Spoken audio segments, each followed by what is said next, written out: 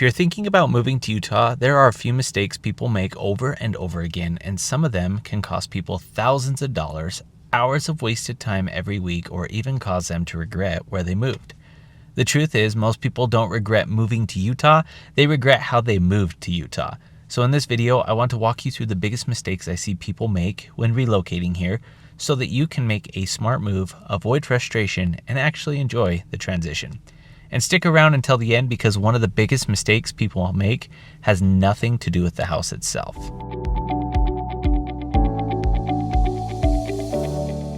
If we haven't met yet, my name is Jesse Fisco and I help people buy homes, relocate, and understand the Utah market every single week. I work with families moving from California, Arizona, Idaho, Texas, and all over the country, and many of the same concerns come up over and over again. So we're going to get into that. One of the biggest mistakes people make is assuming Utah is basically the same no matter where you live. And that could not be further from the truth. Living in downtown Salt Lake feels very different than living in Lehigh or Saratoga Springs or Draper, and even different than Ogden. Even cities that are only 20 or 30 minutes apart can offer a completely different lifestyle. Some areas are better for commuting, some are better for outdoor access, some are more family focused or feel more suburban, and some feel more urban. So before you fall in love with a listing online, make sure you understand actual lifestyle and benefits for you. The next mistake I see all the time is people buying the biggest house they can afford instead of buying in the best location. People stretch towards the biggest house, the newest finishes, the extra bedroom, or the most square footage, but they can't ignore location. Then 6 months later, they realize they hate the drive, they're far from their work or their family or shopping, restaurants, gyms, or all the other things that they enjoy, or they simply don't love the feel of the area at all. And the truth is, you can always upgrade a house later. You cannot easily upgrade your location. So if I had to choose between a slightly smaller house in a better location or a bigger home in the wrong location, I'd choose location almost every time. Another mistake people underestimate in Utah is commute times and traffic patterns. A lot of people move here thinking traffic is never a factor. Compared to some larger metro areas, yes, Utah can feel easier, but commute patterns still matter a lot here.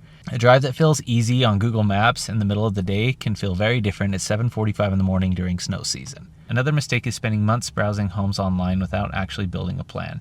Scrolling listings can be fun, but without strategy, it often creates confusions. Homes will come and go, rates will change, prices shift, and after months of browsing, many buyers actually feel less clear than when they started.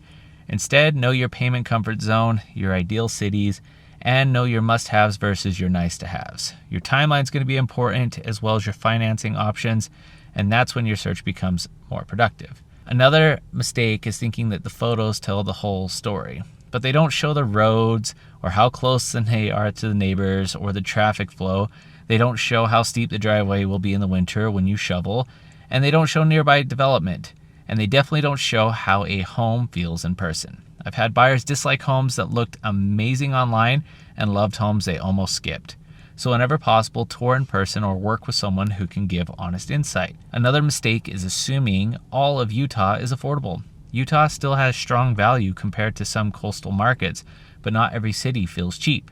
Certain parts of Salt Lake or Draper Highland Alpine can be very competitive. So instead of asking if Utah's cheap, ask what part of Utah best fits your budget and goals. That's the better question. Another mistake is only buying for today and not thinking about the future. Where's your family going to be in 3 years or 5 years? Will the layout still work? Will commute needs change? Will resale value demand stay strong? Or can you even rent it later?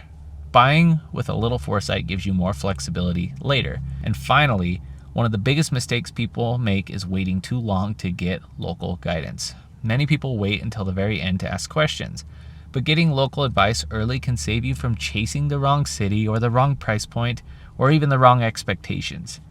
Sometimes a short conversation can save someone months of wasted effort, because often it's not about spending more money, it's simply about knowing where to look. Here's the good news. Utah is an incredible place to live, has beautiful scenery, a strong economy, and great outdoor access, and a lot of family-friendly communities.